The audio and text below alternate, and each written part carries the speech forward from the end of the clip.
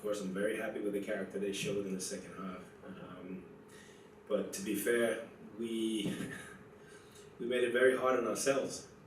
Being a goal down at halftime with the chances that we missed in the first half is tough, but it's reality. So with the red card for the opponent, we switched the gear, brought another attacker.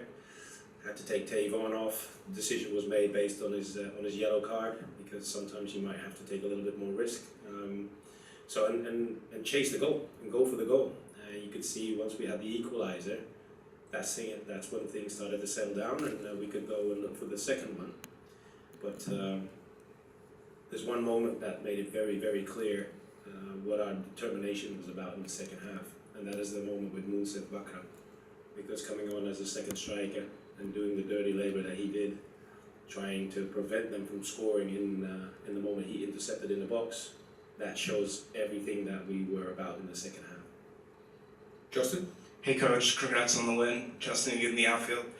This is your second straight game starting the back line of Risa, Hack, Martins, and Gray. It looked very fluid out there. What are you looking for with that group? The last word, fluidity, and make sure that we're aware of the pressing strategy of the opponent, so we can adapt and make sure that we get ourselves into good spaces in order to go forward. They look good. Justin is adapting to what I expect from him in a very good way, but so are the other three, and Matt Freese included, because they start to understand more and more what we're looking for, but also the execution of what we're looking for is going to looks like it's going to the next level. So. Elon? Hey Coach, congrats on the win. Thank you. Halen Rue with Fibro Footy. You brought in Agu. Yes. For Hulin. You spoke a little bit about his hesitancy to be direct. Mm-hmm. It felt as if he was a little bit more willing this game to do that. Could you speak a little bit about his effect on the game? Yeah, sure. I don't think it's about his willingness. He's trying really hard, but he has to add a few tools to his toolbox. And you could see once he came on the pitch how determined he was to go for the 1v1s, to make the runs behind the defense. He's the one who creates the penalty moment. He has good contact with Matt Freese at that moment. And he's still a young kid, but he has to understand how good he can be or become in order to progress for what we all hope he can achieve. Mark? Hey Coach, Mark Radigan with Hudson River Blue. Congrats on the win. You touched on it a second ago. First goal of the season for Mounsef Bakar. First goal since March for Hannes Wolf.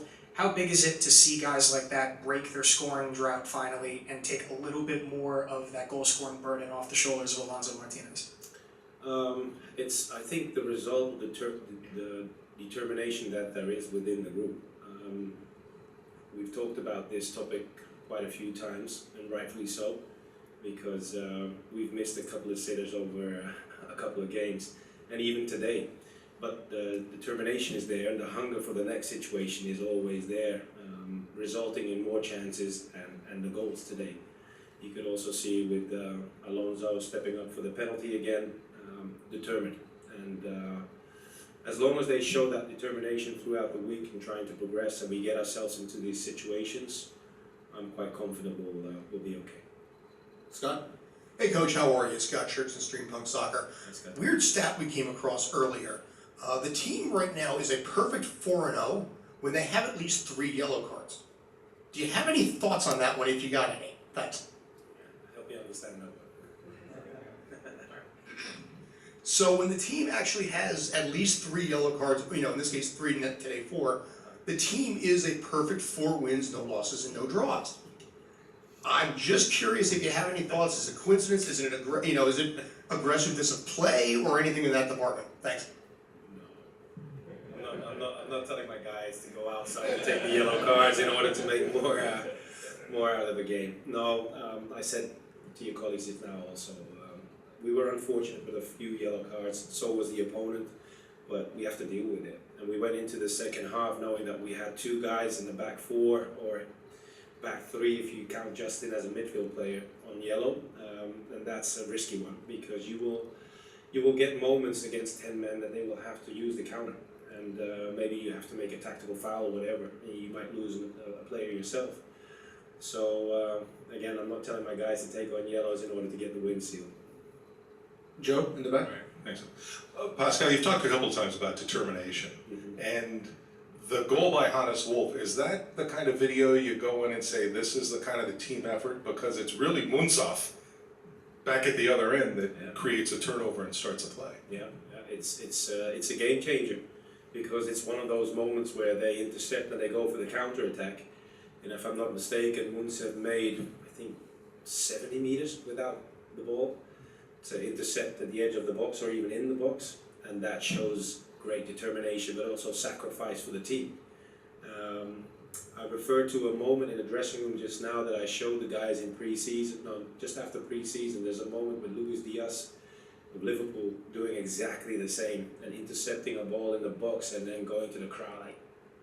And that is exactly this moment. So they all knew what I was talking about just now, because we referred to that moment, and that defines our dressing room at the current moment. And it shows how important it is that you stay focused, even though you're not a starter, because you always have your moment in the game. And today, Munsoff had two crucial ones, and